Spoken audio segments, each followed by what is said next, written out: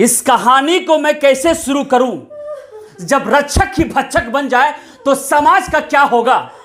ये जो तस्वीर देख रहे हैं, इनकी बेटी 30 वर्षीय चांदनी की मौत का पटकथा लिखा गया उसके जज पति के द्वारा। जी हां, आपने साफ सुना, जज जो समाज में भगवान कहलाते हैं, जो न्याय देते हैं, कानून के वो रक्षक होते हैं, जज। उसका नाम है प्रतीक सेल, जो पटना सिटी के कोर्ट जुडिशियल मजिस्ट्रेट के तौर पे वो काम कर रहा है। उसने अपने पत्नी के साथ बहुत ही घिनौना खेल किया है।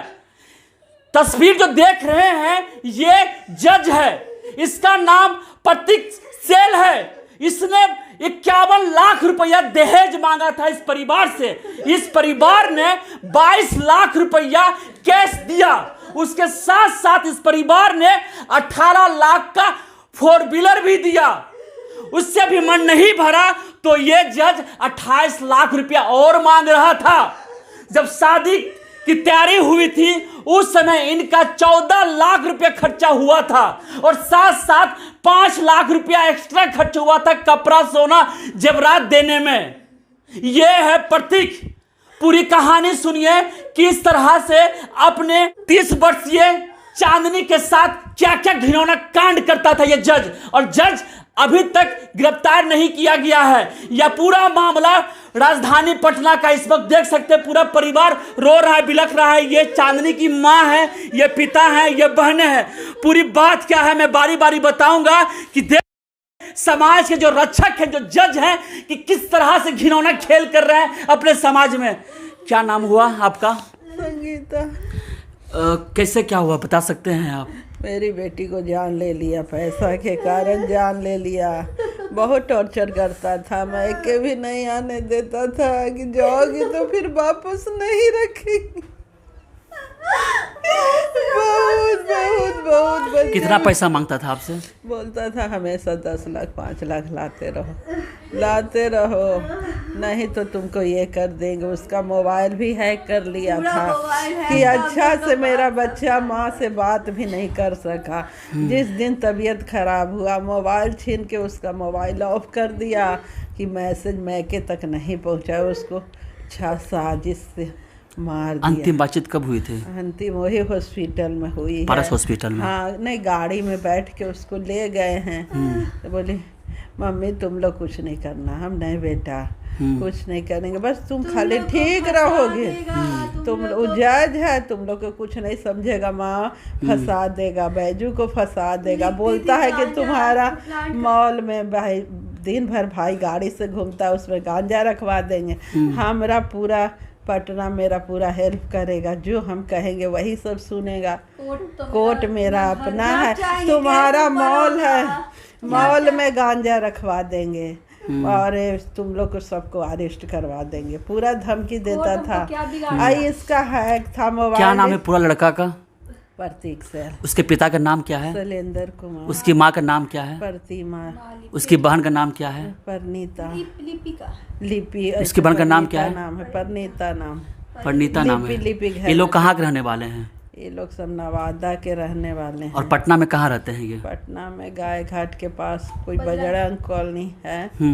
फ्लैट में रहते हैं ये। हाँ। और जज कहाँ बने हुए हैं ये? यही पटना सिटी कोर्ट में। सिटी कोर्ट में। हाँ जी बताया, आपका नाम क्या हुआ अंकल? अशोक कुमार। कितना दहेज दिए थे बेटी के शादी के लिए? देखिए इसको 22 लाख, हम 51 लाख मांगा। 51 लाख मांगा आपसे? हाँ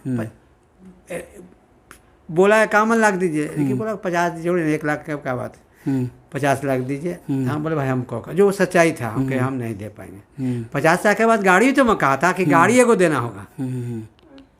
तो गाड़ी तो पहले ही नहीं बोला कि क्यों, गाड़ी तो 5 लाख से लेके 50 लाख तक है। तब हम बोले खोलिएगा तो ना। तो आते आते बोला कि ऐसा कीजिए, आज हमको 30 लाख रुपए नगद दीजिए। 30 लाख? हाँ प्रतीक बोला? हाँ प्रतीक के पाद है। फादर इसका फोटो मेरे पास मोबाइल में टेप है, ऐसे नहीं प्रूफ है टाइप में। जो बिचवान था उसका भी इसमें है, जो शादी तय कराया उसके बाद भी है। तो हम बोले कि नहीं भाई हम को गाड़ी देना है। तो जब हम बोले 20 लाख कैश देंगे तो बोलता कि गाड़ी देना होगा 20 लाख का। तो हम कह देंगे, तो हम कहे ठीक है भाई। तब गाड़ी देने के लिए बोला तो बोला नहीं, हम 20 लाख रुपया नहीं ले, हम गाड़ी 5 लाख के लेंगे, लेकिन उतना रुपये 20 लाख का जो डिफरेंस है वो हमको दे देना। तब कहीं ना कहो ना कि हम फिर उतना जो आप अपने जगह पर आ गए। हाँ, अच्छा मुझे ये बताइए, आपने 22 लाख रुपए कैश दिया और गाड़ी लोन पर दिया। हाँ, वो कर्ज हमें, ले- हाँ, लोन दिया। क्या लोन। काम करते हैं आप? हम ट्रेजरी में हैं। कितना, आपको कितना बेटी है? हमको 4 बेटियां हैं। जो चांदनी जी की मौत हो गई कितने नंबर पे आते थे वो? वो तीसरा नंबर पर है। अच्छा, शादी कब करवाए थे आप? 11 तारीख मई में 2022 करवाए। को। और डेथ कब हुई है? कल 17 तारीख 17 अगस्त को। हाँ। पारस में। हाँ। ये नहीं, वो बहन- ले जाके पहले जानते हैं हम लोग को फोन नहीं उठाया। जी जी, इससे मैं आप, चूंकि मैं इनसे इसलिए नहीं ज़्यादा जानकारी ले सकूँ क्योंकि ये हार्ट पेशेंट है। हाँ, देख लीजिए। नहीं नहीं नहीं नहीं नहीं, इसके proof दे दीजिए। जनता देख लीजिए, ये हार्ट पेशेंट है। देखिए ऑपरेशन किया गया है, मेदांता में ऑपरेशन हुआ है। मेदांता में ऑपरेशन करवाए थे। ये हार्ट पेशेंट है। और देखिए इस राक्षस दानव जज को पैसा लेकर मन नहीं भरा तो क्या क्या खेल किया इस बहन से सुनिए। जज क्या क्या करता था अपनी पत्नी के साथ, ये पूरे आप बीती बताएंगे। दीदी नाम क्या हुआ आपका? मेरा नाम स्मृति हुआ। वो जो राक्षस है, जज राक्षस जो है प्रतीक, क्या क्या करता था आपके बहन के साथ, पूरे विस्तृत बताइए। मेरी बहन का फोन हैक कर रखा था ताकि वो अपना यथास्थिति हमको ना बता सके। 8 महीने 9 महीने से घर से वो बाहर नहीं निकली ताकि उसका कोई चोट ना देख सके। वो 8-9 महीने से बोली हम सूरज चांद नहीं देखे, एक रूम में बंद हैं। माँ द्वारा लगातार खाना दिया जाता था, उसमें क्या मिला के दिया जाता था नहीं पता। 1 साल में उसका हालत इतना बिगड़ गया कि वो नहीं बची। लास्ट टाइम कब देखे थे आप? लास्ट टाइम मेरी बहन बोली कि मेरा तबीयत खराब है। जो कहाँ मिली थी वो लास्ट टाइम आपको? लास्ट टाइम हमको मिली हॉस्पिटल में। Universal hospital. हाँ, यूनिवर्सल 15 अगस्त को एडमिट करवाया गया। 15 अगस्त को एडमिट कराया। दिन भर से मेरा बहन का एडमिट मोबाइल कौन ऑफ करवाया था। था? उसका ससुर। मेरा मोबाइल ऑफ उस मेरी बहन का आया तो हम डर गए। उसका पति को पूछे तो पति बोला दवा खा के सोई हुई है, डिहाइड्रेशन था, इसीलिए हम उसका मोबाइल ऑफ किए हैं। पति ये बात बोला। पति बोला। हाँ, लेकिन उसका फोन जब ऑन नहीं हुआ हमको लगा मेरी बहन सुबह से फोन क्यों नहीं की। तो उसके ससुर पे फोन किया कि अंकल फोन ऑफ आ रहा है चांदनी का, तो चांदनी सीरियस है, वो एडमिट है। हमने क्या हुआ, डिहाइड्रेशन बोले थे प्रतीक, तो सीरियस क्यों हो गई? तो दवा दिए तो सीरियस हो गई। तो फिर हम लोग हॉस्पिटल गए। हॉस्पिटल भी हम लोग को सपोर्ट नहीं करा था, गोलमोल बात बुरा कौन बोला। था खाली हॉस्पिटल में? वो बीपी लो है। डॉक्टर मिला हुआ था क्या प्रतीक से? मिला हुआ था क्योंकि उसके फैमिली में हॉस्पिटल में पहचान था। अच्छा, फैमिली हॉस्पिटल हाँ, है। फैमिली हॉस्पिटल है। तो बोला कि बीपी लो है, रात में छुट्टी दे देंगे। लेकिन हमको साइड में एक जूनियर डॉक्टर बुलाया जो डर डर के कि बहुत सीरियस है आपकी बहन। जब एडमिट हुई थी तो बीपी 0 था, पल्स 17 था, तो ऑक्सीजन दिए। तो मेरी बहन ऑक्सीजन का हटाई और हमको बोली कि मेरा तबीयत बहुत खराब है, हमको पेट में बहुत दर्द है। जब हम हाथ पैर बहुत जोड़े हैं तो प्रतीक बोला कि हॉस्पिटल मत ले जाओ, फंस जाओगी। तो इसकी माँ बोली कि घर में नहीं मरने दो, हॉस्पिटल ले जाओ। तो इसके माँ के कहने पे हॉस्पिटल में एडमिट किया गया सास के द्वारा। तो सास के द्वारा जब वहाँ एडमिट किया गया तो मेरी बहन इतना बोली, लेकिन मेरी बहन कॉन्शियस नहीं थी। तो हम महिला थाना को फ़ोन किए, लोग छुट्टी नहीं दे रहा था कि जब ठीक है तो हम छुट्टी क्यों देंगे। तो हम लोग ने महिला थाना को बुलाया। महिला थाना बोला 112 पे कॉल कीजिए। तो अमृता सिंह नाम की आई अधिकारी जो भी थी, वो बोली कि नहीं, इसको छुट्टी करा के आप ले जाइए। पहले बहन को देखिए, बहन आपकी सीरियस है। हम वहाँ से पारस ले गए। पारस बोला ये 1 दिन का नहीं है। 16 अगस्त को पारस क्या बोला आपको?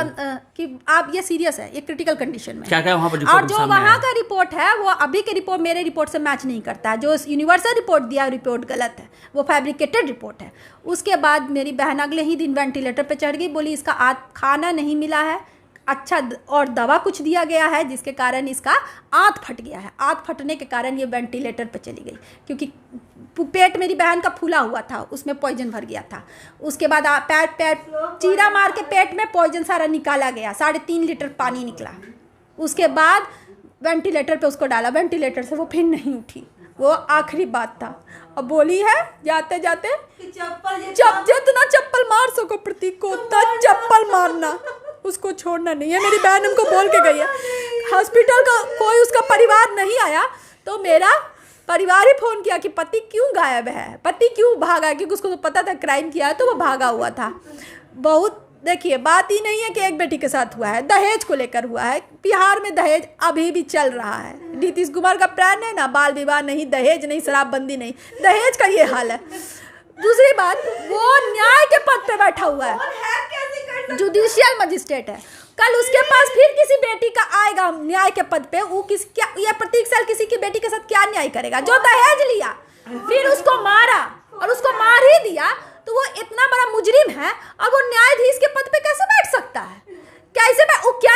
हाँ, फाइल मोटा करना है तो ऐसा को और रखो, वैसे वैसे कहीं बहाली करो कि न्याय के पद पर यही लोग हो कि कभी किसी बेटी को न्याय नहीं मिले, कभी किसी मुझे ये बताइए, पारस हॉस्पिटल में क्या अंतिम समय प्रतीक वहाँ आया था? हाँ। किसके साथ आया था? एक और डॉक्टर को लेकर आया था। क्या वो डॉक्टर पारस का था? नहीं, वो डॉक्टर पारस क्यों आया था प्रतीक उसको लेकर? और वो उसको एडमिट नहीं, अंदर घुसने नहीं दे रहा था पारस, तो बोला हम मजिस्ट्रेट हैं, नहीं जाने दिया, बोला मजिस्ट्रेट है और इनके पति है, तब पारस वाला अलाउ किया। बाहर का एक डॉक्टर लेकर आया था, वेंटिलेटर पे थी। तो शक किस पे जा रहा है आपको? प्रतीक पे शक नहीं है, ये सबूत के साथ है कि वो चारों ने मिलकर, कौन कौन नाम बताइए? सेल, जुडिशियल मजिस्ट्रेट, न्यायाधीश, उसका बाप, ससुर जो है शैलेंद्र कुमार, जो रेलवे में कार्यरत है, माँ प्रतिमा देवी जो पूरी तरह से शामिल है, और बहन प्रणीता बहन जब थाली रखने जाती थी तो थाली उसका अलग अछूत की तरह रखवाती थी, जो उसको मेंटली बहुत हरास की है। एक लड़की होके एक लड़की को मेंटली बहुत हरास की है। हमको न्याय चाहिए, न्यायाधीश के पद पे हम उसको नहीं देख सकते। शादी का महज 1 साल ही हुआ, ये एक अरेंज शादी थी, उसके बाद ये खेल हुआ है। कहीं से इन्होंने कमी नहीं छोड़ा था प्रतीक के आवोभगत में, जो हो सका इन्होंने किया। लेकिन फिर शादी के बाद क्या प्रतीक का किसी के साथ चक्कर भी था? हाँ, प्रतीक बात करता था लड़की लोग से। कैसे जानते थे आप? मेड बताई कि भाभी सारा टेलीग्राम पे ना जो बात किया है ना, उसका रिकॉर्डिंग भेजती थी कि वो लड़की से हर समय बात करते रहता है, 24 घंटा बात करता है। तो टेलीग्राम को वो रिकॉर्डिंग ऑन करके रख देती थी, तो वो सारा रिकॉर्डिंग हमको भेजी है, बहुत सारा रिकॉर्डिंग भेजी है जो वो लड़की लोग से बात कर रहा है कि तुम अभी बुलाओगी तो हम अभी आ जाएंगे, ये सब रिकॉर्डिंग में है। आपको अंदेशा नहीं हुआ था आपके बहन इतना कुछ हो रहा था? कभी बात नहीं बताती थी कि मेरे साथ मारपीट हो रहा है, ये हो रहा, वो हो रहा? मोबाइल हैक था ना, हाँ। तो कभी एक्चुअल मेरी बहन ज्यादा भाई को लेकर डरती थी कि गांजा प्लांट करा देगा। जाते जाते भी डर रही थी कि जानती हो बोलता है तुम लोग को मरवा देगा, तुम्हारा भाई को छोड़ेंगे नहीं, बोरिंग रोड घूमता है, ये घूमता है, तुम्हारा भाई को नहीं छोड़ेंगे, गांजा प्लांट होगा तो तुम्हारा मेरा दुकान में है, वो सब हम करेंगे। और तुम जान रही हो, तुम केस करोगी ना, तुमको पता है हाई कोर्ट से पहले परमिशन लेना पड़ेगा, तब तुम मेरे पे केस कर सकती हो। तुम और बीबी के जैसा केस नहीं करने का सोचना, ये बोला। अब बोला जिस दिन हम चाहेंगे ना, डेट ऊपर आएगा, डेट नीचे जाएगा, वो मेरा है, मेरा कोर्ट में तुम मेरे साथ। ये क्या तो बोल रहा है कि हम एक को बर्बाद नहीं किया, हम बहुत लोगों को बर्बाद कर चुके हैं। और ये सब मैसेज मेरी बहन। गिरफ्तारी हुई है क्या? नहीं, अभी तो कोई गिरफ्तारी, छोड़ दीजिए, FIR दर्ज नहीं हुआ है।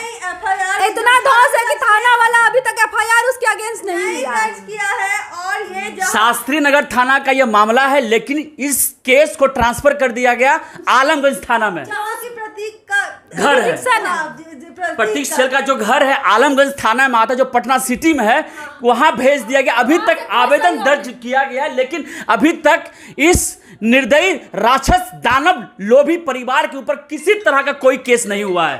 केस हुआ है किसी तरह का? नहीं, किसी तरह का। मेरा आवेदन रखा हुआ, तो हर चीज हैक था। तो मेरी बहन क्या की कि लूडो क्लब पे आती थी। अच्छा। कि सब कुछ हैक है, तो लूडो क्लब पे बोली कि गेम वाला हैक नहीं होगा, तो हम लोग उस पे ही चैट करते थे लूडो क्लब पे। उस पे सब लिखी है कि मोनू लिखा है कि सबको बर्बाद कर देगा, गांजा प्लांट करेगा, मेरा बायां हाथ का खेल है ये सब। तुम लोग को दिमाग नहीं है, तुम लोग मेरे सामने बच्चे हो, तुम लोग को जैसा जैसा लोग को हम नचा के फेंकते और हैं। मारने वो ना, चांदनी को मारने से पहले देखिए उसके अंदर का कितना बड़ा शैतान है। एक क्रिमिनल माइंडेड पर्सन स्टेटस लगाया कि डेविल क्या होता है हम दिखाते हैं, अब दिखाते हैं।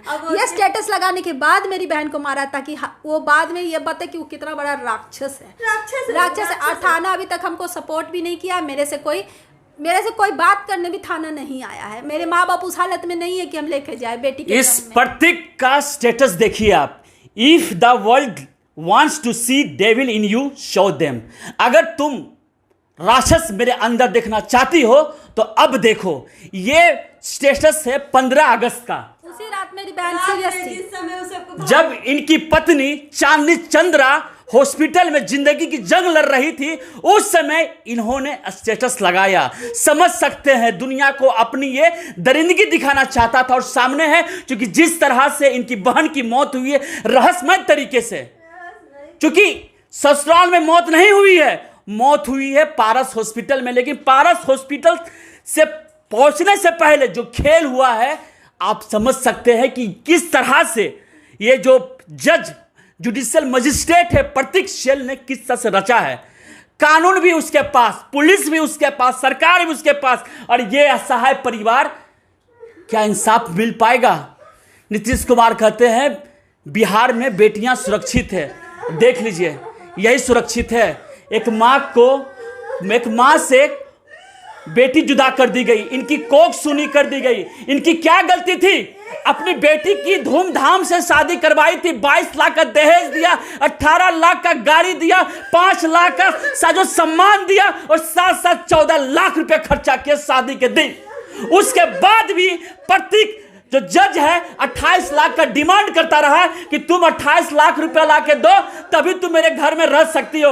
उस 28 लाख को पाने के चक्कर में प्रतीक का पूरा परिवार इनके बेटी के साथ निर्मम जानवर जैसा व्यवहार करता था। आखिर वही हुआ।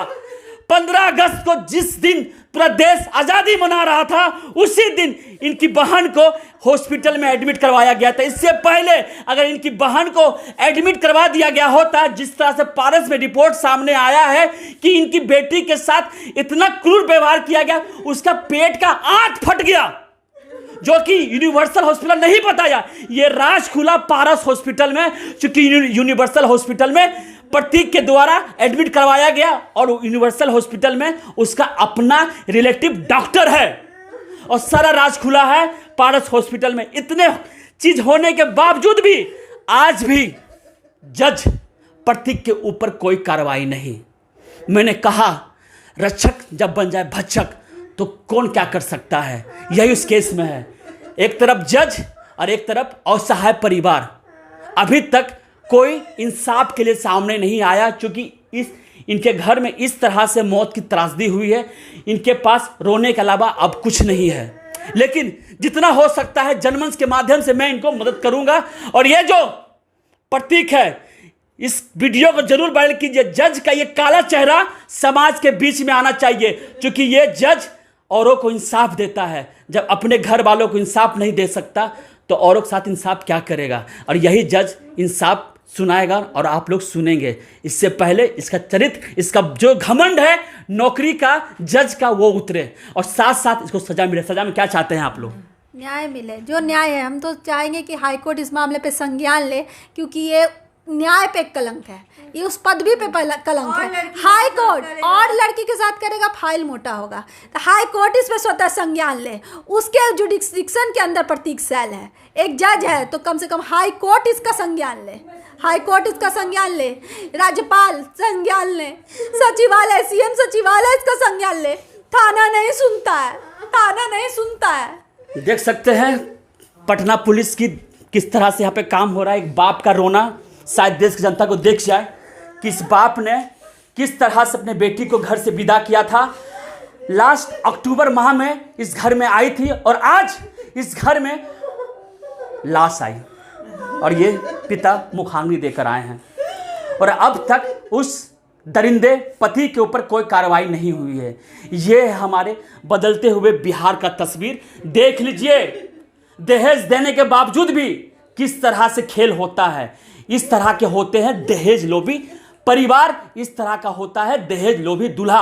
और सबसे बड़ी बात, इस दूल्हा का पहले से था चक्कर, और इस चक्कर में देख लीजिए कितना बड़ा शोषण किया गया इनके बहन के साथ, इनके बेटी के साथ। यही है कहानी। दोस्तों, इस परिवार के हित में इस वीडियो को जरूर शेयर करें ताकि इंसाफ मिल सके। धन्यवाद। हमसे जुड़े रहने के लिए हमारे YouTube चैनल को सब्सक्राइब करें और नई वीडियो की नोटिफिकेशन के लिए बेल आइकॉन को दबाएं। अगर आप ये वीडियो Facebook पर देख रहे हैं तो लाइक जरूर करें और ज्यादा से ज्यादा शेयर करें। धन्यवाद।